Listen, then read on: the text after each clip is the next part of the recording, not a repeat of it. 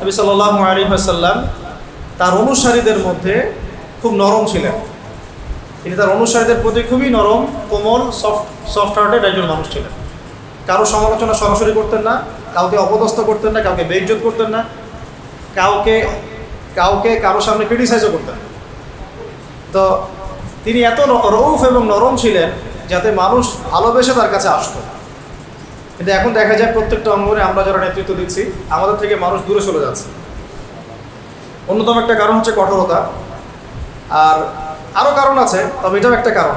অন্য কারণগুলোর সাথে এটাও একটা কারণ যে আমরা অনেক সময় কঠোর হয়ে যাচ্ছি। তো ক্ষমা এবং সহিষ্ণুতা, সবর, এগুলো যদি ইতাআত করা যায় ইনশাআল্লাহ তাআলা নেতৃত্বের গুণাবলী অর্জন হবে ইনশাআল্লাহ।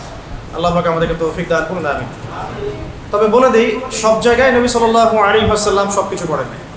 যে নবী সাল্লাল্লাহু আলাইহি ওয়াসাল্লাম উহুদের মাঠে রক্ত মুছতে মুছতে দোয়া করছেন তার কওমের জন্য, আল্লাহুম্মা গফির কওমি ফাইন্নাহুম লা ইয়ালামুন, আল্লাহ আমার কওমকে মাফ করে দাও কারণ তারা জানে না। আল্লাহ নবীকে আঘাত করা হয়েছে, রক্ত ঝরছে, তিনি রক্ত মুছতে মুছতে এই কথা বলছেন। সেই নবী কিন্তু আবার মক্কায় সেজদায় পড়ে নাম ধরে ধরে বদদোয়া করেছেন, আল্লাহ আবু জাহেলকে দেখে নিও, উতবাকে দেখে নিও, শাইবাকে দেখে নিও, রবিয়াকে দেখে নিও। এইভাবে 11 জনের নাম ধরে তিনি দোয়া করেছেন, বদদোয়া। এটা দোয়া না, তো বদদোয়া। সেই 11 জনের লাশ আপনি বদরের কূপে পাবেন। তার মানে এখানে একটা আমাকে ভারসাম্য রাখতে হবে, কোথায় কঠোর হব, কোথায় কোমল হব, তাই না? যে নবী সাল্লাল্লাহু আলাইহি ওয়াসাল্লাম গতকালকে বলবো হাতেব ইবনে আবি বলতাকে মাফ করে দিলেন রাদিয়াল্লাহু আনহু, সেই নবী সাল্লাল্লাহু আলাইহি ওয়াসাল্লাম সাহাবীদের মধ্যে 2 জন সাহাবীকে ডেকে বললেন, তোমাদের মধ্যে কে আছো কাব বিন আশরাফ আমাকে কষ্ট দিয়েছে, আমার কষ্ট লাঘব করতে পারো, কে আছে? সাহাবীরা চলে গেলেন 2 জন কাব বিন আশরাফের দুর্গে। যে নবী সাল্লাল্লাহু আলাইহি ওয়াসাল্লাম ক্ষমা করলেন, সবর করলেন, দোয়া করলেন, সেই নবী সাল্লাল্লাহু আলাইহি ওয়াসাল্লাম কিন্তু আবার বদদোয়া করেছেন ক্ষেত্র বিশেষে, আবার কখনো কখনো তার শত্রুদেরকে এভাবে দমন করেছেন। তা আমাদেরকে বুঝতে হবে কোন জায়গায় কোন ডিপ্লোমেসি মানে ইম্পোজ করতে হবে। তো এভাবেই নবী কিন্তু আমভাবে নবী সাল্লাল্লাহু আলাইহি ওয়াসাল্লাম ছিলেন রউফুর রহিম। রউফ সূরা তাওবার শেষের দিকে আপনারা একটা পাবেন।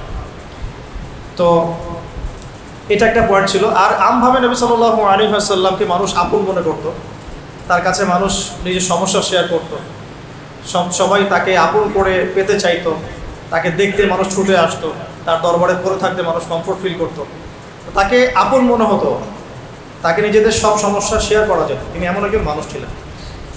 যেমনটা আমি গতকালকে বলেছিলাম, সূরাতুল আলী ইমরান একটা আয়াত আছে, ফাবিমা রাহমাতিন মিনাল্লাহি লিনতা লাহুম ওয়া লাউ কুনতা ফাযযান গলিযাল কলবি লানফাদ্দু মিন হাওলিকা। তো এটা আল্লাহ পাকের অনেক বড় দয়া তোমার উপরে হে নবী সাল্লাল্লাহু আলাইহি ওয়াসাল্লাম, যে তুমি অনেক নরম মনের মানুষ, না হলে কি হতো, তারা তোমার কাছ থেকে দূরে সরে যেত। তুমি যদি কঠোর মনের মানুষ হতে, তারা তোমার কাছ থেকে দূরে সরে যেত। এভাবে নবী সাল্লাল্লাহু আলাইহি ওয়াসাল্লামের চরিত্রের মধ্যে আমরা একটা বৈচিত্র্য দেখতে পাব, এবং এটা একটা ঐশ্বরিক বৈচিত্র্য। আল্লাহ রাব্বুল আলামিন তাকে ট্রেন্ড করেছেন এভাবে। এটা ছিল 4। তার মানে আমাদের নেতৃস্থানীয় ব্যক্তিবর্গ যে যেখানে থাকবো, আমরা যে যেখানে নেতৃত্ব পাই, আমাদেরকে অনুসারীদের প্রতি নরম, কোমল, সফট হতে হবে, এবং তাদেরকে কারোর সামনে ক্রিটিসাইজ করা যাবে না, বেইজ্জত করা যাবে না, বরং কোনো প্রবলেম হলে, ভুল হলে কাছে ডেকে নিয়ে গোপনে ইসলাহ এবং সংশোধন করতে হবে। আল্লাহ পাক তৌফিক দান করুন। 5 নম্বরটা বলেছিলাম যে তিনি অনুসারীদের ঐক্যটাকে সর্বোচ্চ গুরুত্ব দিতেন, কোনোভাবেই যেন ঐক্য বিনষ্ট না হয় তিনি সর্বোচ্চ সতর্ক থাকতেন, খেয়াল রাখতেন। এ কারণেই আওস এবং খাজরাজ আলাদা আলাদা গোত্র হওয়ার পরেও তারা বিভক্ত হয় নাই। এই কারণেই মুহাজির এবং আনসার আলাদা মানে বৈশিষ্ট্যের হওয়া সত্ত্বেও তারা কিন্তু কখনো বিভক্ত হন নাই। একবার একটা ঝগড়া হয়েছিল বলেছি গতকালকে, তো নবী সাল্লাল্লাহু আলাইহি ওয়াসাল্লাম স্বয়ং সেখানে গিয়ে বলেছিলেন, আমি বেঁচে আছি তারপরে আমার সামনে তোমরা কীভাবে ঝগড়া করছে। তো তিনি অনুসারীদের ঐক্যের দিকে সর্বোচ্চ গুরুত্ব প্রদান করতেন। আমরাও চেষ্টা করবো ইনশাআল্লাহ, আমরা যে যেখানেই নেতৃত্ব দেই না কেন, ছোট পরিসরে হোক আর বড় পরিসরে হোক, আমাদের অনুসারীদের মধ্যে যেন একটা ঐক্য থাকে। যে ঐক্যহীনতার কারণেই আজকে মুসলিম উম্মার আজকে এই অবস্থা আছে। 1914 সাল থেকে যদি হিসেব করেন, তো 14 সাল থেকে হিসেব করলে দেখা যায় যে এর আগ পর্যন্ত আমরা অ্যাটলিস্ট একটা শেল্টারের মধ্যে ছিলাম, একটা ভৌগোলিক শেল্টারের মধ্যে ছিলাম, একটা শেল ছিল খেলাফাত। ফার্স্ট ওয়ার্ল্ড ওয়ার হওয়ার পর থেকে এটা ভেঙে গেল, এবং আস্তে একটা দুইটা হতে হতে প্রায় 52 কি 53টা আলাদা আলাদা মুসলিম রাষ্ট্র হয়ে গেল। এটা রাষ্ট্রীয় বিভক্তি হলো। তারপরে হলো রাষ্ট্রের মধ্যে আবার ঢুকে গেল ডেমোক্রেসি, সেকুলারিজম, কমিউনিজম, জাতীয়তাবাদ ইত্যাদি। তখন আবার আমরা পলিটিক্যালি বিভিন্ন দলে ভাগ হয়ে গেলাম। সবাই কিন্তু মুসলিম, সবাই কিন্তু মুসলিম, পলিটিক্যালি যারা আছে সবাই কিন্তু মুসলিম। তারপরে দেখেন এখানে অনেক ভাগ হয়ে গেল, করলো পশ্চিমারা, কারণ এই সবগুলো দর্শন ওদের থেকে আসছে। আবার ধর্মতাত্ত্বিক ক্ষেত্রে আমরা একটা মাযহাবের মধ্যে অনেকগুলো ভাগ হয়ে গেলাম। আবার যারা এখান থেকে বের হয়ে নতুন কিছু করার চেষ্টা করলেন না, আমরা চূড়ান্ত সহি, এটাই চূড়ান্ত যাদের বক্তব্য হয় আর কি। তবে এটা বলে রাখি যে এটাই চূড়ান্ত কথাটা বলা ঠিক না। আমাদের ওস্তাদরা বলেন যে আমরা সর্বোচ্চ বলতে পারি এটাও ঠিক, আমরা বলবো না কখনো এটাই ঠিক। কথা কি বুঝতে পারছেন? কোনো মাসালা সামনে আসলে আমরা অনেক শুনি অনলাইনে যে এটাই ঠিক, এটাই চূড়ান্ত। এভাবে কথা বলা অহংকারের বহিঃপ্রকাশ। বলতে হবে সর্বোচ্চ এটাও ঠিক, ওই ভাই যেটা করছে ওটাও ঠিক, আমি যেটা করছি এটাও ঠিক। বলতে পারবেন না আপনি যে এটাই ঠিক, তাহলে বিভক্তি হয়ে যাবে। এটাই ঠিক তাহলে ওটাকে ভুল, এই যে বিভক্ত হয়ে গেল। ধর্মতাত্ত্বিক ক্ষেত্রে আমরা যারা আবার চূড়ান্ত সহি দাবি করলাম, সেখানে আবার আমরা 10টা দল বাড়িয়ে ফেললাম। এই চলছে, সবার আলাদা আলাদা আমির, আলাদা মামুর, আলাদা ইমারা, আলাদা জামা, আলাদা বায়া। বাসা এগুলো বোঝেন কি না? আমির মানে নেতা, মামুর মানে অনুসারী, জামা মানে ইউনিটি, ইমারা মানে তাদের একটা ইমারা, আরেকটা হচ্ছে কি বায়াত নিচ্ছি। দেখা যাচ্ছে সবাই আলাদা আলাদা করে আমরা বায়াত নিচ্ছি, আলাদা আমির, আলাদা ইমারা। এটা যদি দূর না করতে পারি তাহলে আমাদের সামনে ভবিষ্যৎ খারাপ আছে। ভবিষ্যৎ খারাপ, কত খারাপ হতে পারে এটা আমাদের কল্পনাতেও নাই। আর যদি আমরা হকপন্থী যারা, আমরা হকপন্থী তো বুঝতে পারি, হক এবং বাতিলপন্থী তো বুঝতে পারি, তারা যদি অ্যাটলিস্ট ঐক্যবদ্ধ হওয়ার চেষ্টা করি, ইনশাআল্লাহ তাআলা আগামীতে মুসলিমদের অবস্থা অবশ্যই উন্নত হবে ইনশাআল্লাহ। আর যদি আমরা এখন সেই রকম প্ল্যাটফর্ম নাও পাই, অ্যাটলিস্ট ইয়াং জেনারেশনের উচিত বিভক্তি আরও বাড়িয়ে না দেওয়া, বরং নিজেদের জায়গা থেকে চেষ্টা করা, সর্বোচ্চ চেষ্টা করা, যাতে করে আমরা একটা ঐক্যবদ্ধ প্ল্যাটফর্ম ক্রিয়েট করতে পারি। আল্লাহ তৌফিক দান করুন। আমরা দোয়া করি আল্লাহ পাক আমাদের উপরে এমন নেতৃত্ব নিয়ে আসুন যারা এই বিষয়গুলোকে গুরুত্ব দিয়ে উম্মার ইসলাহ এবং সংশোধনে কাজ করবেন ইনশাআল্লাহ। আর আল্লাহ পাক কাকে কবুল করবেন আল্লাহ ভালো জানেন। আর নেতৃত্বটা এমন একটা বিষয় যেটা সবসময় ক্ষণস্থায়ী হয়, এটা সবসময় ক্ষণস্থায়ী, এটা কখনো দীর্ঘস্থায়ী হয় না। আল্লাহ পাক এর মধ্য দিয়ে মানুষকে পরীক্ষা করেন, সবচেয়ে বড় পরীক্ষা করেন নেতৃত্ব দিয়ে। অতএব যারা এই সেক্টরগুলোতে আছেন, আমরা দোয়া করি আল্লাহ পাক তাদেরকে হেদায়েত দান করুন এবং নবী সাল্লাল্লাহু আলাইহি ওয়াসাল্লামের সিরাত থেকে শিক্ষাগুলো নিয়ে আদর্শ নেতা এবং নেতৃত্বের গুণাবলী অর্জনের তৌফিক দান করুন। 5টা বলেছিলাম গতকালকে, আমি বলেছিলাম যে এটা নিয়ে অনেক কথা বলা যায়, অনেক পয়েন্টস বের করা যায়। তো আজকে আর 5টা বলার চেষ্টা করি ইনশাআল্লাহ, ঠিক আছে? এটা তো গতকালকে যারা শুনেছেন রিভিউ করে দিলাম। 6 নম্বরটা দেখুন, আমি এই জায়গাতে আসছি যে অনুসারীদের মধ্যে তিনি ঐক্য পছন্দ করতেন। অনুসারীদেরকে তিনি কন্টিনিউয়াসলি তালিম এবং তারবিয়াতের মধ্যে রাখতেন। 6 নম্বর, নবী সাল্লাল্লাহু আলাইহি ওয়াসাল্লাম তার ফলোয়ার্সদের মধ্যে, সাহাবীদের মধ্যে সবসময় নিরবিচ্ছিন্নভাবে ছেড়ে দিতেন না, নিরবিচ্ছিন্নভাবে তিনি সাহাবীদেরকে একটা তালিম তারবিয়াতের মধ্যে রাখতেন। কোথায় দলিল দেখুন, মক্কায় প্রচণ্ড নির্যাতন চলছে, ঠিক আছে? মক্কায় কত বছর ছিলেন নবী সাল্লাল্লাহু আলাইহি ওয়াসাল্লাম বলেন?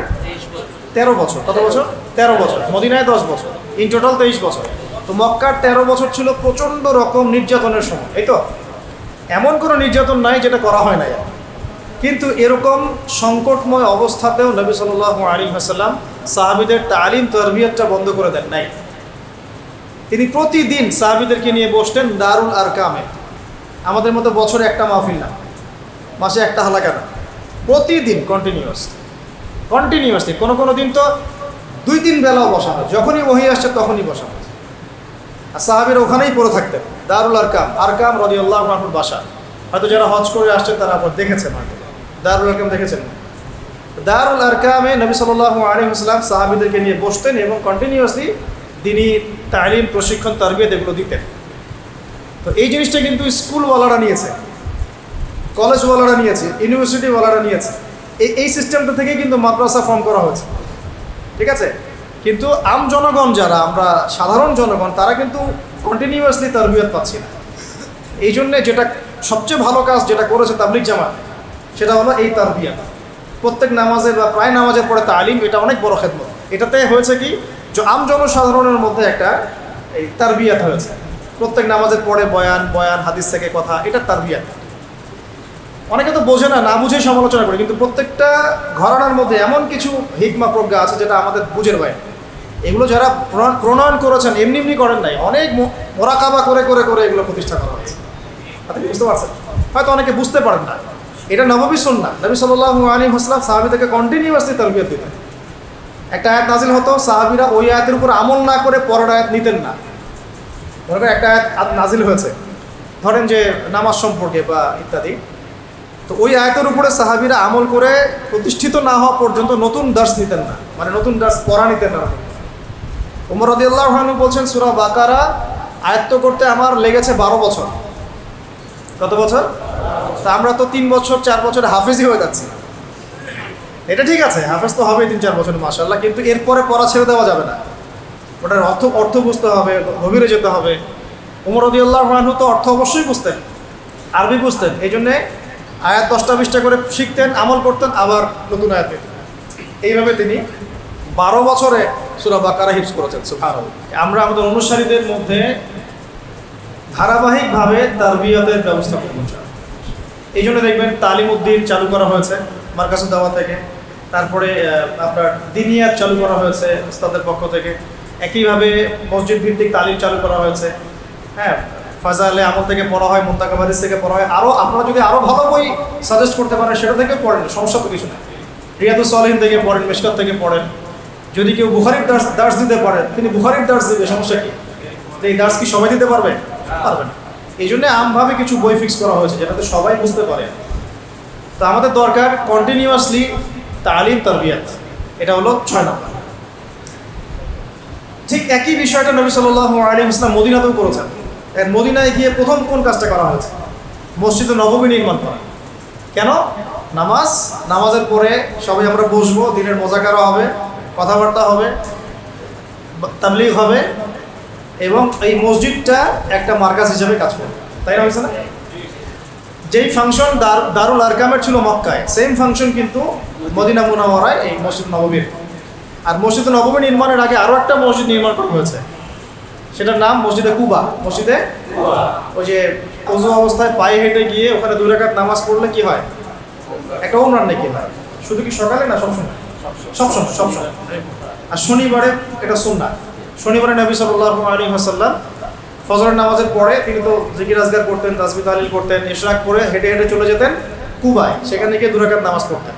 এটা একটা কবুল ওমরান নাকি হবে, এটাও করতে পারে। তো ওই মসজিদের ফাংশনও সেম ছিল, মানে দারুল আরকাম, মসজিদ নববী, মসজিদে কুবা, এই মসজিদগুলো কাজ করেছে মার্কাজুল ইসলাম হিসাবে, ইসলামের মার্কাজ হিসাবে, মার্কাজউদ্দিন এই ফাংশনে। হ্যাঁ, তো আমরা যারা ধর্মতাত্ত্বিক হোক বা অন্য যে কোনো জায়গায় নেতৃত্ব পাবো বা পেয়েছি, অনুসারীদের মধ্যে এই চর্চাটা ধারাবাহিকভাবে অব্যাহত রাখা উচিত। আল্লাহ পাক তৌফিক দান। এটা কিন্তু করা হয়। তো এই জিনিসটা মুসলিমদের করা উচিত। যদি আমরা প্রতিকূল পরিবেশেও থাকি, অ্যাটলিস্ট বাসায় এটা করা উচিত। বাসায় তালিম করবে কন্টিনিউয়াস। আল্লাহ পাক তৌফিক দান। আর এটা ছোট বাচ্চাদেরকেও এর মধ্যে ইনভলভ করতে হবে। আর এই বাচ্চারাই আগামী দিনে আল্লাহর রাস্তার দাওয়াতের কাজও করবে, ইনশাআল্লাহ জিহাদের কাজও করবে।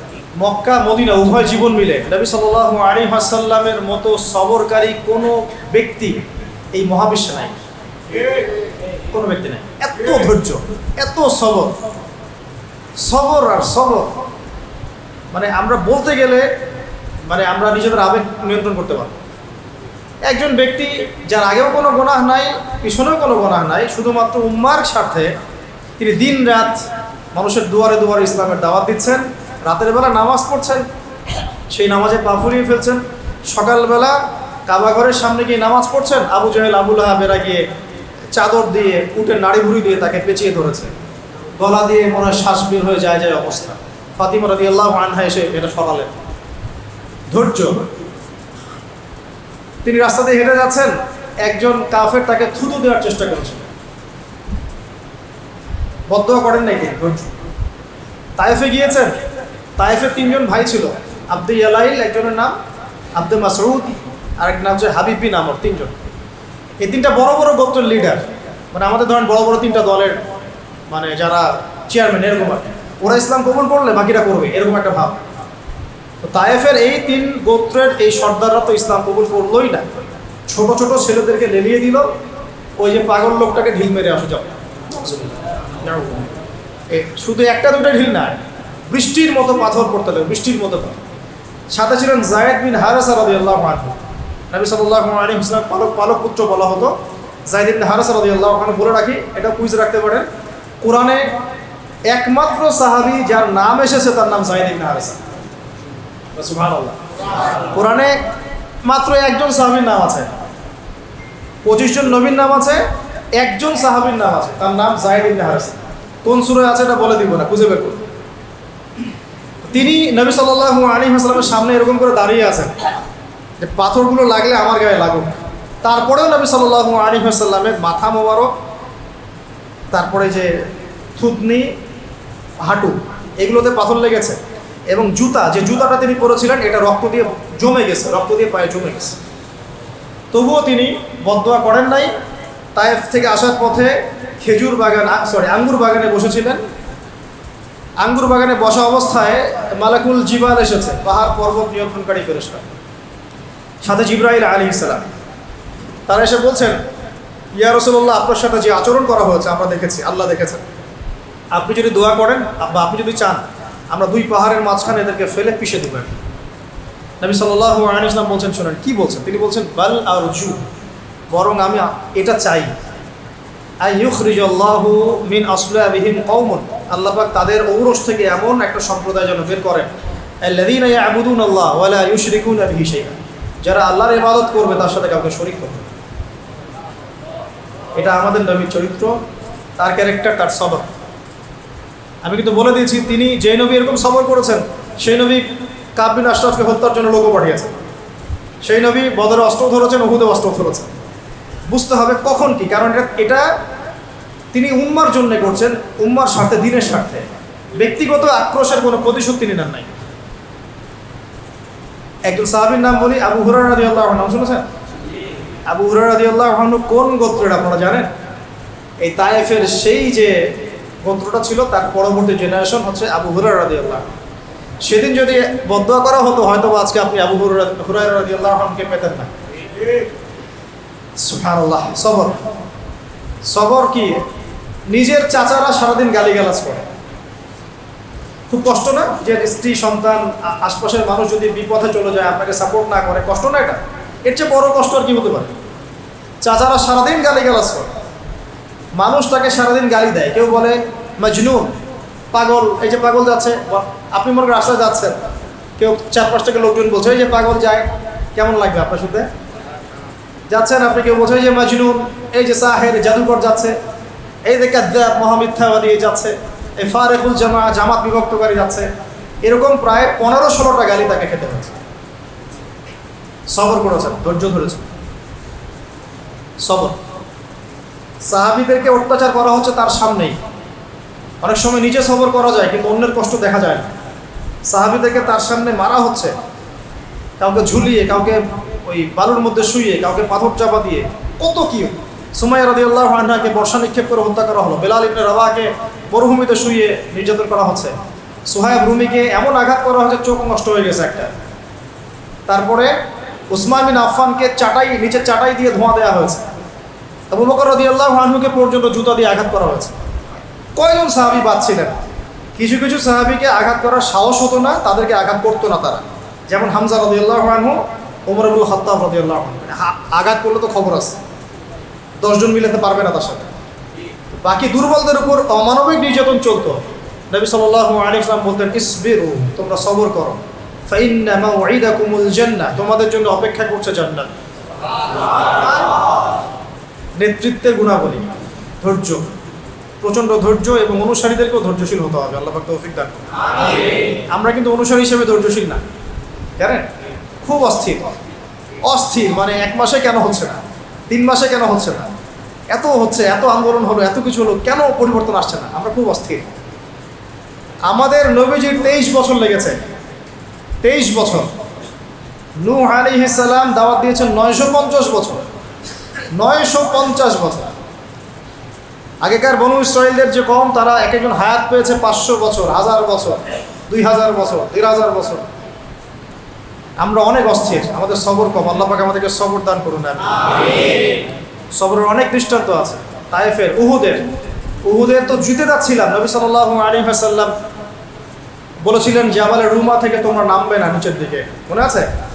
কিন্তু 50 জন সাহাবী আল গনিমা বলে নেমে গিয়েছেন। এটা একটা ভুল ছিল, নেতার আদেশ অমান্য করা হয়েছে এখানে। বাস খালিদ বিন ওয়ালিদ রাদিয়াল্লাহু আনহু পিছন দিক থেকে এসে একদম ঘোড়সাওয়ার নিয়ে এসে দুই দিকের চাপে পিষ্ট হয়ে, হয়তো বা কতক্ষণ হবে, 1 ঘন্টা 2 ঘন্টা, এর মধ্যেই 70 জন সাহাবী শহীদ হয়ে গেল। আল্লাহ নবীর সামনে সাহাবীর একের পর এক শহীদ হচ্ছে, একের পর এক। আমি নিজেও কিন্তু খুব দুর্বল মনের মানুষ। কেন বলছি? আমরা হয়তো গরু ছাগল এগুলো জবাই করতে পারি, সমস্যা হয় না, কিন্তু কোনো মানুষের রক্ত দেখলে কিন্তু খারাপ লাগে। অনেকে নিতে পারে না, আমি নিতে পারি না। মানুষের রক্ত মানে রক্তাক্ত অবস্থা, এটা দেখতে কিন্তু একটা শক্ত কলিজার দরকার আছে। অনেকে নিতে পারে না, আপনি কিন্তু নিতে পারেন। তো একটু চিন্তা করেন, নবী সাল্লাল্লাহু আলাইহি ওয়াসাল্লামের পাশে তার প্রিয় মানুষরা এভাবে একজন একজন করে শহীদ হচ্ছে। শেষের দিকে তার কাছে 9 জন মানুষ ছিল, 9 জন সাহাবী, একজন একজন করে শহীদ হতে লাগলেন, একজন একজন করে। ওই সময় সাদ বিন আবি ওয়াক্কাস রাদিয়াল্লাহু আনহু টিকে ছিলেন, আর তালহা বিন উবাইদুল্লাহ, এই দুজন, বাকি সব শেষ, সব শহীদ। আর তালহা রাদিয়াল্লাহু আনহুর গায়ে তখন 40 থেকে 50টা তরবারির আঘাত আছে। এটা সহ্য করার জন্য কত সবরের দরকার, কত মেন্টাল স্ট্রেংথের দরকার, একটু ভাবতে হবে এগুলো আমাদের। কারণ আমরা কিন্তু সিরাত পড়ি, কিন্তু অনুধাবন করতে পারি না। আমি ওই যে খুব অনুধাবন করে বোঝাতে পারছি, আমি দাবি করছি না, কিন্তু চেষ্টা করছি ব্যাপারটা। সাদ বিন আবি ওয়াক্কাস রাদিয়াল্লাহু আনহু ছুটতে থাকলেন, এবং তিনি খুব মারাত্মক তীরন্দাজ ছিলেন। হাদিসে আসছে যে তীরের মধ্যে বরকত আছে, ঘোড়ার মধ্যে বরকত আছে, এগুলো উঠে গেছে এখন। তো এই একমাত্র সাহাবী সাদ বিন আবি ওয়াক্কাস রাদিয়াল্লাহু আনহু, যার ব্যাপারে আমাদের নবীজি এই কথা বলেছেন, হে সাদ, তোমার উপর আমার পিতামাতা কোরবান হোক। সাদ বিন আবি ওয়াক্কাস রাদিয়াল্লাহু আনহু বীরত্ব দেখে নবী সাল্লাল্লাহু আলাইহি ওয়াসাল্লাম বলেছেন, হে সাদ, তোমার জন্য আমার পিতামাতা কোরবান হোক। কিন্তু আমরা সবসময় দেখি সাহাবীরা বলেন, ইয়া রাসূলুল্লাহ, আপনার জন্য আমার পিতামাতা কোরবান।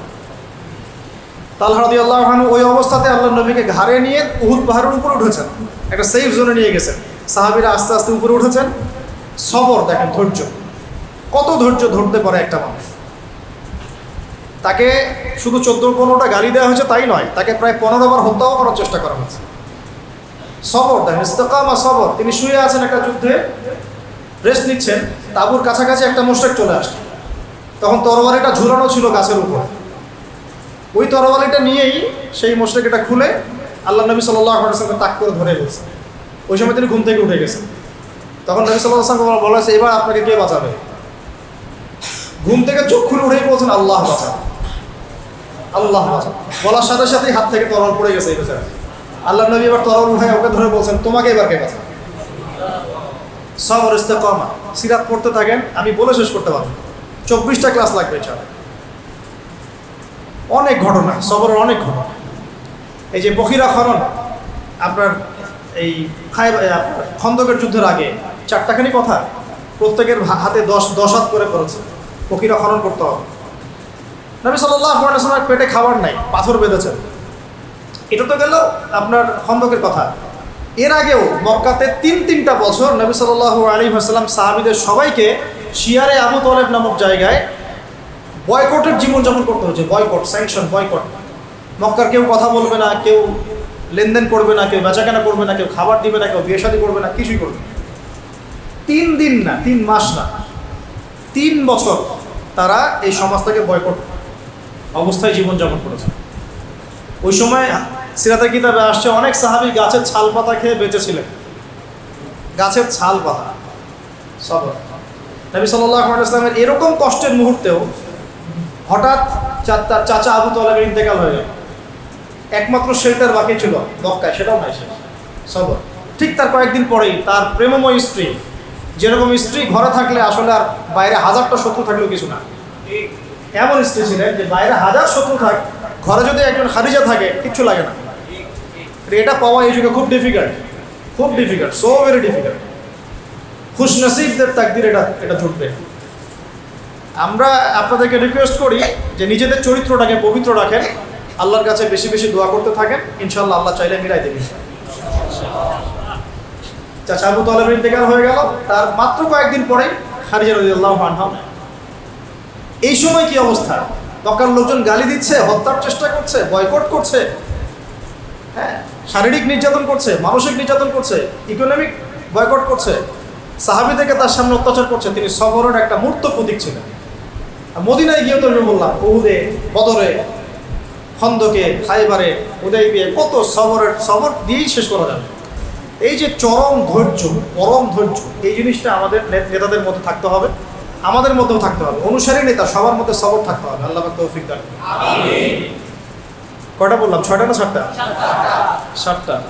8 নম্বরে আসেন যে একজন নেতাকে হতে হবে ডিপ্লোম্যাটিক। এটা খুব ইম্পর্টেন্ট পয়েন্ট, এটা একটু ফোকাস করেন। একজন নেতাকে হতে হবে খুবই ডিপ্লোম্যাটিক এবং স্মার্ট। আমাদের নবী সাল্লাল্লাহু আলাইহি ওয়াসাল্লাম কেমন স্মার্ট ছিলেন, আমি কয়েকটা এক্সাম্পল দিই। এগুলো আমি ঘেটে ঘেটে নোট আউট করেছিলাম যে তিনি আসলে মানসিকভাবে কেমন ছিলেন। মানে আমরা অনেক সময় মনে করি তিনি খুব আধ্যাত্মিক মানুষ ছিলেন, তাই না? আধ্যাত্মিক মানুষ, নামাজ, খালি রোজা, তেলাওয়াত, আধ্যাত্মিক মানুষ এমন মনে হয়, কিন্তু আসলে তিনি ছিলেন সব গুণের সমন্বয়ে একজন মানুষ। যত গুণাবলী থাকতে পারে একটা মানুষের মধ্যে, সবগুলোর সমন্বয় তার মধ্যে। কত স্মার্ট, কত বিচক্ষণ আপনাকে একটু দেখাই। নবী সাল্লাল্লাহু আলাইহি ওয়াসাল্লাম দেখলেন মক্কার পরিবেশ ভালো না, মক্কার পরিবেশটা অনুকূলে না।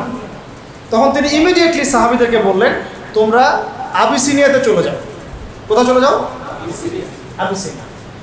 আবার বলছি, নবী সাল্লাল্লাহু আলাইহি ওয়াসাল্লাম যখন দেখলেন মক্কার পরিবেশটা ভালো না, সাহাবীদের উপর নির্যাতন হচ্ছে, তিনি ইমিডিয়েটলি বললেন, সাহাবীরা তোমরা যারা দুর্বল গোত্রীয় দিক থেকে তোমরা আবিসিনিয়াতে চলে যাও। সেখানে একজন রাজা আছেন, তার নাম বাদশাহ নাজাশী, তার রাজ্যে কেউ জুলুমের শিকার হয় না, তোমরা ওখানে চলে যাও। এটা ডিপ্লোম্যাটিক সিদ্ধান্ত। আমাদের এখানে প্রবলেম হচ্ছে, যাদেরকে নিয়ে প্রবলেম তাদেরকে কোনো একটা জায়গায় পাঠিয়ে দেয়া, বিচক্ষণতা একটা। সেখানে এমন রাজা ছিলেন যিনি ইসাই, খ্রিস্টান, কিন্তু তার রাজ্যে কেউ জুলুমের শিকার হতো না। তিনি ওই ট্রিনিটির খ্রিস্টান ছিলেন না, তিনি সত্যিকারের খ্রিস্টান ছিলেন। এবং সেখানে 2টা হিজরত হয়েছে। প্রথমবারে প্রায় 14-15 জন গিয়েছেন, পরের বারে প্রায় 100 জন গিয়েছেন। নেতৃত্ব দিয়েছেন জাফর ইবনে আবি তালিব রাদিয়াল্লাহু আনহু। ওই বাদশা নাজাশীর সামনে ডেলিগেশন টিম পাঠানো হয়েছে কুরাইশদের পক্ষ থেকে। মানে ডেলিগেশন টিম বোঝেন কিনা? ওই সাহাবীদেরকে ফিরিয়ে নিয়ে আসার জন্য। তার নেতৃত্ব দিয়েছেন আমর ইবনে আস। পরবর্তী তিনিও মুসলিম হয়েছেন, বিখ্যাত সাহাবী হয়েছেন। তো আমর ইবনে আস তিনি গিয়ে বলছেন যে ওরা রেফিউজি, ওরা আমাদের ওখানে ফাসাদ করে এখানে আসছে, বাপদাদার ধর্ম ত্যাগ করছে, ওদেরকে ফিরায় দেন আমার সাথে। বাদশাহ নাজাশী বললেন যে ওরা তো অন্য কথা বলছে, তারা বলছে তোমরা তাদের উপর জুলুম করেছো। আচ্ছা ঠিক আছে, তোমাদের কাছে যে কোরআন এসেছে সেই কোরআনের কিছু বাণী কি শোনাতে পারো? তখন জাফর ইবনে আবি তালিব রাদিয়াল্লাহু আনহু তিনি শোনালেন সূরাতুল মারিয়াম। কোন সূরা? এই সূরার তেলাওয়াত শুনেই বাদশাহ নাজাশীর চোখ দিয়ে দরদর করে পানি পড়তে থাকে এবং তিনি ইসলাম কবুল করেন এবং সাহাবীদেরকে সেখানে থাকতে দেন। এবং ওই জায়গাটা ইসলামের জন্য একটা উর্বর জমি হয়ে যায়। কত ডিপ্লোম্যাটিক সিদ্ধান্ত ছিল দেখুন। আর আমরা মনে করি যে বাংলাদেশেই ইসলাম কায়েম করতে হবে, আর কোনো জায়গায় নেই পৃথিবীতে। আমাদের চিন্তাটা কিন্তু এরকম, দেশে কবে দিন কায়েম হবে, হুকুমত কবে, খেলাফত কবে হবে। বাংলাদেশে খেলাফত হতেই হবে, আল্লাহর কোনো পরোয়া নাই। এই খেলাফত ভারতে হতে পারে, এই খেলাফত পাকিস্তানে হতে পারে, এই খেলাফত শ্রীলঙ্কায় হতে পারে, অস্ট্রেলিয়া হতে পারে। কত ডিপ্লোম্যাটিক দেখেন। তিনি বের হচ্ছেন হিজরত করতে। আর হিজরত করার আগে তো প্রায় 100 জন ঘিরে ফেলছে বাড়ি, সবাই একটা করে কোপ দিবে চিন্তা করছে, তাই না? মনে আছে আবু জেহেল এর মাস্টার মাইন্ড। তো নবী সাল্লাল্লাহু আলাইহি ওয়াসাল্লাম বের হওয়ার সময় হাতে একটু বালু নিলেন, বালু নিয়ে ছুঁড়ে দিলেন, দিয়ে সূরা ইয়াসিনের একটা আয়াত পড়লেন। আয়াতটা কি জানি? ওয়াজআলনা মিন বাইনি আইদিহিম সাদ্দান ওয়া মিন খালফিহিম সাদ্দান ফাগশাইনাহুম ফাহুম লা ইউবসিরুন। ব্যাস, এবার তিনি চলে গিয়েছেন তাদের চোখে ধুলা দিয়ে, এটা চোখে ধুলা দিয়ে কেউ দেখতে পারে নাই, রাতের অন্ধকারে তিনি চলে গিয়েছেন। কিন্তু তিনি মক্কা থেকে মদিনা যাওয়ার সোজা যে রাস্তাটা আছে না, সেই রাস্তায় তিনি যান নাই। আমি বোঝাচ্ছি নবী সাল্লাল্লাহু আলাইহি ওয়াসাল্লাম কত স্মার্ট ছিলেন, কত ডিপ্লোম্যাটিক ছিলেন। এটা স্ট্র্যাটেজিক সুন্নত। তিনি সরাসরি মক্কা থেকে মদিনার রাস্তায় যান নাই, বরং উল্টা দিকের রাস্তায় গিয়েছেন, যাতে তিনি খুব ভালো করে জানেন সকালবেলা সবাই খুঁজতে শুরু করবে, খুঁজতে শুরু করলে এই রাস্তার দিকে বেশি লোকজন আসবে। তার চিন্তাও করতে পারবে না যে আমি এই রাস্তায় যাই নাই, বরং উল্টা রাস্তায় গিয়েছি। উল্টা রাস্তায় গিয়ে গারে শহরে, যে গারে শহর, সেখানে তিনি 3 রাত ছিলেন। আর সব ঠান্ডা হয়ে যাক তারপর আমরা। এটা কি স্মার্টনেস না? না না। আরও দেখাচ্ছি, নবী সাল্লাল্লাহু আলাইহি ওয়াসাল্লাম এই যে হুদাইবিয়া সন্ধি হচ্ছে, সন্ধির সব ধারা আমাদের বিপরীতে, তাই না? 10 বছর যুদ্ধ করবো না, ওকে ফাইন। তোমাদেরকেও আমাদের দলে আসলে ফিরাই দেওয়া লাগবে, আমাদেরকেও তোমাদের দলে গেলে ফিরাই দিব না। নবীজি বললেন ঠিক আছে, ডান। তারপরে এই বছর উমরা করতে পারবেন না, তো ঠিক আছে, ডান। পরের বছর আসতে হবে উমরায়, তাও 3 দিনের জন্য বিনা অস্ত্রে, ওকে ঠিক আছে, ডান। সবই নে তোরা, নে সব তোরা নিয়ে নে। প্রত্যেকটা সিদ্ধান্তের পিছনে বসিরা ছিল। 10 বছর যুদ্ধ করতে পারবো না মানে 10 বছর আপনি আমার সাথে কোনো ক্যাচালে যাবেন না, মানে আপনি আপনার কাজ করবেন, আমি আমার কাজ করবো, কোন সন্ধি চুক্তি আপনার সাথে। এবং আমার শত্রুদের বিরুদ্ধে আপনি, মানে আমার শত্রুদেরকে আপনি আমার বিরুদ্ধে সাহায্য করতে পারবেন। মনে করেন আপনাদের, মনে করেন এই ভাইয়ের সাথে এই ভাইয়ের সন্ধি হয়েছে, এ ভাই 10 বছর আমরা লড়াই করবো, 10 বছর লড়াইও করবো না, আপনি আপনার কাজ করবেন, আমি আমার দাওয়াতি কাজ করবো। আমার যে শত্রুরা আছে এই শত্রুদেরকে আপনিও হেল্প করতে পারবেন না, আপনার শত্রুকে আমি হেল্প করতে পারবো, ঠিক আছে? এই সন্ধি হওয়ার পরেই, এই সন্ধি করে মদিনায় যাওয়ার পরেই নবী সাল্লাল্লাহু আলাইহি ওয়াসাল্লাম খায়বারকে আক্রমণ করেছেন। খায়বারে আছে ইহুদিরা, কারা আছে? ওই লাস্ট গোত্র একটা বাকি আছে, 3টা গোত্রকে তো বিদায় করা হয়েছে, 4 নম্বর এই গোত্রটা বাকি আছে খায়বার। এটা একটা বিশাল জায়গা, যে দখল করতে পারবে সব দিক থেকে লাভবান হবে। কেন খায়বার তিনি এখন আক্রমণ করলেন, আগে করলেন না কেন? আগে যদি করতেন তাহলে মুশরিকরা তাদের সাথে সন্ধি করে একসাথে ঐক্যবদ্ধ শক্তি হতে পারত। এবার তিনি হুদাইবিয়া সন্ধি করেছেন, 10 বছর আমরা লড়াই করব না, অতএব 10 বছর তুমি আমার শত্রুদেরকে হেল্প করতে পারো, ঠিক আছে? এবার তিনি খায়বার আক্রমণ করলেন, ওই মক্কার কুরাইশরা ওদেরকে কোনো সাহায্য করতে পারলো না, ওদেরকে আমরা বাগে পেয়ে একাই খেয়ে ফেলি। মানে আগে বড় শত্রুর হাতটা চেপে ধরলাম, তারপর ছোট সবগুলোকে সাইজ করা হলো। এটা ডিপ্লোম্যাটিক সিদ্ধান্ত না? এটা হচ্ছে তার স্ট্র্যাটেজিক ইন্টেলেকচুয়াল একটা অবস্থান, স্ট্র্যাটেজিক সুন্নাহ বলতে পারি। এগুলো আমাদের মধ্যে নাই, হারাই গেছে। আমাদেরকে তো একটু রসকস মাখা কথা বললেই আমরা মুনাফিকদেরকেও ভুলে যাই, তাই না? রসকস মাখা একটু কথা বললে আমরা আসি আপনাদের সাথে, চলেন, ব্যাস আমরা হ্যাঁ মাশাআল্লাহ একদম পাগল হয়ে যাই। কিন্তু আসল কথা হচ্ছে মানুষের খাসলত কখনো পরিবর্তন হয় না। ইল্লাত মানে ত্রুটি ধুইলে চলে যায়, খাসলত মরার আগ পর্যন্ত মানুষের যায় না। খাসলত খাসলত একটা জিনিস, মানে স্বভাব চরিত্র, স্বভাবজাত। এটাতে আরও ডিপ্লোমেসি আছে, এটাও বোঝেন। আমাদের কেউ তোমাদের ওখানে গেলে ফিরাই দেওয়া লাগবে, তোমাদের কেউ আমাদের কাছে আসলে ফিরাই দিব না। নবীজি কেন বললেন ইয়েস ডান? কেন বললেন? বিকজ তিনি খুব ভালো করেই জানেন কোনো মুসলিম মুরতাদ হয়ে কাফের হবে না, বরং এটা হতে পারে তোমাদের কেউ ইসলাম কবুল করে আমাদের কাছে আসতে পারে। যদি আমাদের কাছে আসার রাস্তা তোমরা বন্ধও করে দাও, ওরা অন্য কোনো জায়গায় যাবে, ওখান থেকে আমরা ওদেরকে রিসিভ করবো। এটা বলার পরে কিন্তু এটাই হয়েছিল, অনেক মুসলিম ইসলাম কবুল করেছে, করে আর আসতে পারছে না, কারণ চুক্তি আছে। তখন নবী সাল্লাল্লাহু আলাইহি ওয়াসাল্লাম একটা খবর পাঠালেন, তোমরা একটা ওয়াদি উপত্যকা চলে যাও। একটা জনমানুষ শূন্য একটা উপত্যকা চলে গেল তারা পালিয়ে, সেখানে যদি মুশরিকরা আসতো আক্রমণ করতো, আক্রমণ করতো। পরে এই মুশরিকরা এসে বললো, বাবা আপনাদের লোক আপনারা নিয়ে নেন, আমাদের দরকার নেই। কথা বুঝতে পারছেন? সিরাত অনেক গভীর, পড়তে থাকেন।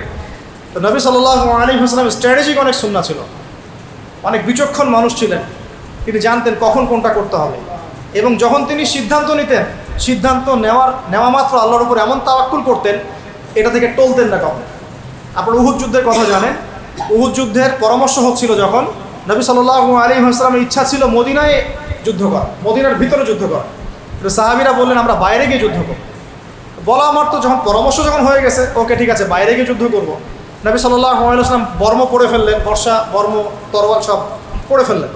এবার সাহাবীরা এসে বলছেন, ইয়া রাসূলুল্লাহ আপনি তো চেয়েছিলেন ভিতরে করতে, আমাদের মনটা খুব খারাপ লাগছে, আমরা ভিতরেই করি, থাক, বাইরে যাওয়ার দরকার নেই। নবীজি বললেন যে একজন নবীর জন্য এটা বৈধ নয়, উচিত নয় যে বর্ম পরার পরে আবার খুলে ফেলবে, আমরা বাইরে গিয়ে যুদ্ধ করি। ডিসিশন একটা নিলে এটাই ডিসিশন, পরামর্শ ভিত্তিক একটা ডিসিশন নিলে এটাই ডিসিশন। তো আল্লাহ পাক আমাদেরকে নবী সাল্লাল্লাহু আলাইহি ওয়াসাল্লামের মতো এরকম স্ট্র্যাটেজিক সুন্নাহ অবলম্বন করা তৌফিক দান করুন। নবী সাল্লাল্লাহু আলাইহি ওয়াসাল্লাম নবী হওয়ার আগে যে মানবিক গুণাবলীগুলো তিনি অর্জন করেছিলেন, সেগুলো নেতৃত্ব প্রদানকারী গুণাবলীর অন্যতম। যেমন বলেছিলাম যে এতিমের ভরণ পোষণ, বিধবাদের খোঁজখবর নেয়া, মিসকিনদের পাশে থাকা, মাজলুমকে সাহায্য করা, মুসাফিরদের পাশে থাকা ইত্যাদি। এরকম মানবিক চারিত্রিক গুণাবলীগুলো নবী সাল্লাল্লাহু আলাইহি ওয়াসাল্লামের মধ্যে আগে থেকেই ছিল এবং নবী হওয়ার পরে এই চারিত্রিক গুণাবলীগুলো আরও বিকশিত হয়েছে এবং পূর্ণতা প্রাপ্ত হয়েছে। যেমনটা নবী সাল্লাল্লাহু আলাইহি ওয়াসাল্লাম নিজেই বলেছেন যে ইন্নামা বুইসতু লিউতাম্মিমা মাকারিমাল আখলাক, আমাকে পাঠানোই হয়েছে উত্তম চরিত্রকে পূর্ণতা দেওয়ার জন্য। সুবহানাল্লাহ। তো আমরা মেলাচ্ছিলাম গতকালকে যে বর্তমান সময়ের প্রত্যেকটা স্তরের নেতৃত্ব প্রদানকারী ব্যক্তিবর্গ যারা আছেন, হোক সেটা মসজিদ, মাদ্রাসা, অর্থনীতি বা রাজনীতি, সর্বপ্রথম নবী সাল্লাল্লাহু আলাইহি ওয়াসাল্লামের নবুয়ত পূর্ব এই মানবিক গুণাবলীগুলো অর্জন করতে হবে। আল্লাহ পাক তৌফিক দান করুন। আমিন। দ্বিতীয় পয়েন্টে আলোচনা করা হয়েছিল যে নবী হওয়ার পরে নবী সাল্লাল্লাহু আলাইহি ওয়াসাল্লাম সর্বাধিক গুরুত্ব দিয়েছিলেন ইলম শিক্ষা এবং প্রচার প্রসার। ইলমের শিক্ষা এবং প্রচার প্রসার। আমরা ইলমের সংজ্ঞাও বলেছিলাম, ইলম সেটাই যেটা আল্লাহর পক্ষ থেকে আসে, এর সাথে আমরা সমকালীন উপকারী জ্ঞান শিখতে পারি, এটাতে কোনো দোষের কিচ্ছু নাই, বরং সেটা শেখাই উচিত, নচেত আমরা বিশ্বের এই প্রতিযোগিতা থেকে পিছিয়ে পড়ব। তাহলে আমরা যদি নেতৃত্ব প্রদান করতে চাই বা আদর্শ নেতা হতে চাই নবী সাল্লাল্লাহু আলাইহি ওয়াসাল্লামের সুন্নতের আদলে, সিরাতের আদলে নিজে জ্ঞান শিখবো, অন্যকে শেখাবো এবং জ্ঞানের বিপ্লব ঘটানোর চেষ্টা করবো ইনশাআল্লাহ। 2 নম্বর পয়েন্ট, এর ধারাবাহিকতায় আমাদেরকে শিক্ষা প্রতিষ্ঠান করতে হবে, মসজিদ মাদ্রাসার সাথে সম্পৃক্ত থাকতে হবে, মসজিদ ভিত্তিক তালিমের প্রয়োজন আছে, অনলাইন অফলাইন এই সর্বমহলেই দ্বীনি ইলমের একটা ব্যাপক বিপ্লব ঘটাতে হবে। এটা আল্লাহ পাক আমাদের করার তৌফিক দান করুন। এখন যে দিনের ইলম বা জেনারেল শিক্ষা হচ্ছে না এমনটা নয়, সমস্যা হচ্ছে একটা জায়গায়, সেটা হচ্ছে আমরা এই দুটোকে হারমোনিয়াসলি কানেক্টেড করতে পারছি না বা হারমোনিয়াসলি আমরা কম্বাইন করতে পারছি না। জেনারেল শিক্ষা এবং ইসলামী শিক্ষাটাকে আলাদা করে ফেলছি, এতে করে সমাজটাও বিভক্ত হয়ে যাচ্ছে। দেখা যাচ্ছে একজন এমপি সাহেব তিনি ইমামতি করতে পারেন না, আবার দেখা যাচ্ছে একজন ইমাম সাহেব তিনি অর্থনীতির কিছুই বোঝেন না। এই যে একটা মেরুকরণ, দ্বিমুখী মেরুকরণ, এর জন্য মূলত দায়ী হচ্ছে এই দ্বিমুখী শিক্ষা ব্যবস্থা, যেটা দুর্ভাগ্য বা সৌভাগ্য যাই বলেন আমাদের মতো থার্ড ওয়ার্ল্ডের কান্ট্রির একটা প্রবলেম। আমরা যে থার্ড ওয়ার্ল্ডের কান্ট্রি এটা তো আপনারা জানেন, আমাদের মতো থার্ড ওয়ার্ল্ডের কান্ট্রি এগুলো একটা প্রবলেম যে আমরা এখানে ধর্মীয় শিক্ষাটাকে আলাদা করে ফেলি আর জেনারেল শিক্ষাটাকে আলাদা করে ফেলি। কেন জানি আমরা এভাবে ভাবতে পারি না যে আমার ছেলেকে যদি ছোটোবেলা থেকে আমি উভয় শিক্ষায় শিক্ষিত করি তাহলে সে একাধারে হাফেজা কোরআনও হবে, আবার পাইলটও হবে ইনশাআল্লাহ, কোনো সমস্যা নেই। এবং তখন তারা যখন আর্মিতে, র্যাবে, বিজিবিতে বিভিন্ন জায়গায় যোগ দিবে তারা ইমানদার সৈনিক হবে ইনশাআল্লাহ, তাই না বিষয়টা? এই জিনিসটা আমাদের ফিকিরে আনা উচিত। আল্লাহ পাক আমাদের যাদেরকে ক্ষমতা দিয়েছেন বা এই সেক্টরে কাজ করার তৌফিক দান করেছেন বা করছেন তাদেরকে ভাবার তৌফিক দান করুন। এতে আমাদের লাভ ছাড়া কোনো লস নাই। এই সিস্টেমটা লঞ্চ করতে পারলে আমাদের লাভ ছাড়া কোনো লস নাই। কিন্তু কিছু মানুষ আছে নিজের স্বার্থে হোক বা দলের স্বার্থেই হোক বা অন্য কোনো ইস্যুর কারণেই হোক না কেন, এই জায়গায় আপনাকে বাধা দিতে পারে। বুঝতে হবে এর পিছনে কিন্তু কোনো দুরভিসন্ধি আছে। আল্লাহ পাক আমাদের সবাইকে দ্বিমুখী শিক্ষাকে একমুখী করার তৌফিক দান করুন এবং এই শিক্ষার বিপ্লবটাকে সমাজে ছড়িয়ে দেওয়ার তৌফিক দান করুন। স্পেশালি জেনারেল শিক্ষিত যিনি ভাই বোন যারা আছেন বা লেকচার শুনবেন তাদের উচিত আরও বেশি করে ইসলাম শেখা। কারণ আপনার মধ্যে কেমিস্ট্রি জ্ঞান আছে, ফিজিক্সের জ্ঞান আছে, আপনি বায়োলজির জ্ঞানে দক্ষ, আপনার মধ্যে মেডিকেল সায়েন্সের জ্ঞান আছে, আপনার মধ্যে ইঞ্জিনিয়ারিং জ্ঞান আছে। মাশাআল্লাহ, এই জ্ঞানগুলো অর্জন করা তো চারটাখানি কথা না। আমরা তো স্কুল, কলেজ, ইউনিভার্সিটি পাস করেই আসছি, সারা রাত পড়াশোনা করে সকালে পরীক্ষা দিয়ে এসে ঘুমিয়েছে। এত পরিশ্রম, এত মেহনত। এই বিশাল মেহনতটা 20-30 বছরে এই মেহনতে কোরআন, হাদিস, ফিকহ, আকীদা, উসুল এগুলো ছিল না। যদি সেগুলো থাকতো তাহলে আজকে আমাদের কি অবস্থা হতো চিন্তা করেন। আবার মাশাআল্লাহ আমরা যারা মাদ্রাসার সাথে সম্পৃক্ত, এখানে তো কোরআন সুন্নাহ অবশ্যই পড়ানো হচ্ছে, উসুল, আকীদা, ফিকহ সবই পড়ানো হচ্ছে, অনেক গভীর পড়াশোনা। কিন্তু দুঃখজনক যে সব জায়গায় অর্থনীতি, ভূরাজনৈতিক প্রেক্ষাপট, দর্শন, ইতিহাস, ইংরেজি, বিজ্ঞান, প্রযুক্তি এগুলো সমানভাবে শেখানো হচ্ছে না। শেখানোটা সম্ভবও না, কারণ সেখানে এত পড়ার চাপ, এর উপর যদি এই সাবজেক্টগুলো দেওয়া হয় তাহলে মাথা খারাপ। তাহলে কিভাবে এটাকে নিয়ে শুরু থেকে আবার ঢেলে সাজানো যায়, এই ফিকিরটা আল্লাহ পাক আমাদেরকে করার তৌফিক দান করুন। কমপক্ষে স্কুল লেভেল পর্যন্ত যেন থাকে এই তৌফিকটা আল্লাহ পাক দান। অত পরবর্তীতে গিয়ে তারা বিভিন্ন ফ্যাকাল্টি ভাগ করে নিল, এটা হতে পারে।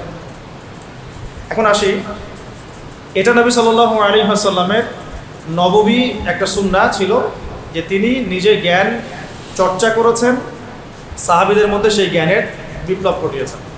আমি বলেছিলাম গতকালকে যে আপনি একজন সাহাবী দেখাতে পারবেন না যিনি কুরআন হাদিস এই বিষয়গুলোতে দক্ষ না।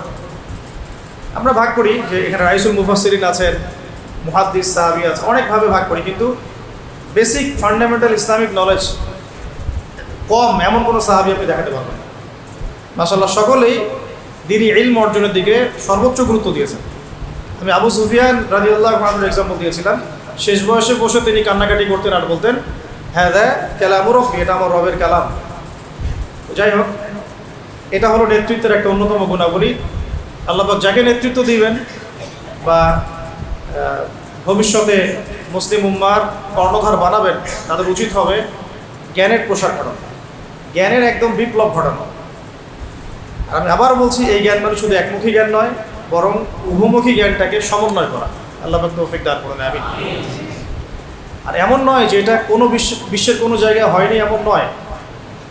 ইন্দোনেশিয়া, মালয়েশিয়ার মতো কান্ট্রিতেও এইভাবে দ্বিমুখী শিক্ষাটাকে একমুখী করা হয়েছে। একটু ওয়ার্ল্ডের বিভিন্ন জায়গায় ঘেঁটে দেখেন। 3 নম্বরে বলছিলাম গতকালকে, 3 নম্বর পয়েন্টে, যে নবী সাল্লাল্লাহু আলাইহি ওয়াসাল্লাম শুধুমাত্র এই জ্ঞানের দাওয়াত দিয়েই বা বিপ্লব ঘটিয়েই নিজের নেতৃত্বের হক পূরণ করেন নাই, বরং তিনি সবার আগে তার উপর আমল করে দেখিয়েছেন। তাই আমাদের প্রত্যেক স্তরের নেতৃবৃন্দের যেটা করা উচিত, আপনাদের সবার, যে আমরা যেটা জানি, যেটা বলছি, যেটা প্রচার প্রসার করছি, এর উপর সবার আগে আমাদেরকে আমল করে দেখানো।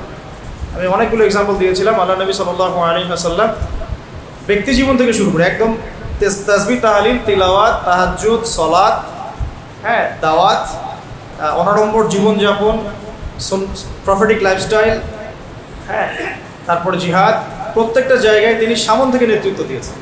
এমন নয় যে তিনি বলেছেন তোমরা করো আমি আছি, এমন না। মানে তিনি নিজে করে দেখিয়েছেন, নিজে অনাড়ম্বর জীবনযাপন করেছেন, নিজে অল্প খেয়েছেন, অল্প ঘুমিয়েছেন, রাতের বেলা লম্বা সময় তাহাজ্জুদ পড়েছেন, আবার ফজর পড়েছেন, আবার তিলাওয়াত, আবার দার্স, আবার দিনের প্রচার প্রসার, মাঝখানে রিজিকের জন্যও কিছু কাজ করেছেন। এমনকি খন্দকের যুদ্ধের কথা বলেছিলাম, তিনি নিজে পহিরা করেছেন। হুনাইনের যুদ্ধে তিনি সামন থেকে তরোয়াল উঁচিয়ে সবাইকে ডাক দিয়েছেন। উহুদের যুদ্ধে তিনি সামন থেকে নেতৃত্ব দিয়েছেন। বদরের যুদ্ধে তিনি সামন থেকে নেতৃত্ব দিয়েছেন। তো প্রত্যেকটা জায়গায় তিনি প্রথমে করে দেখিয়েছেন।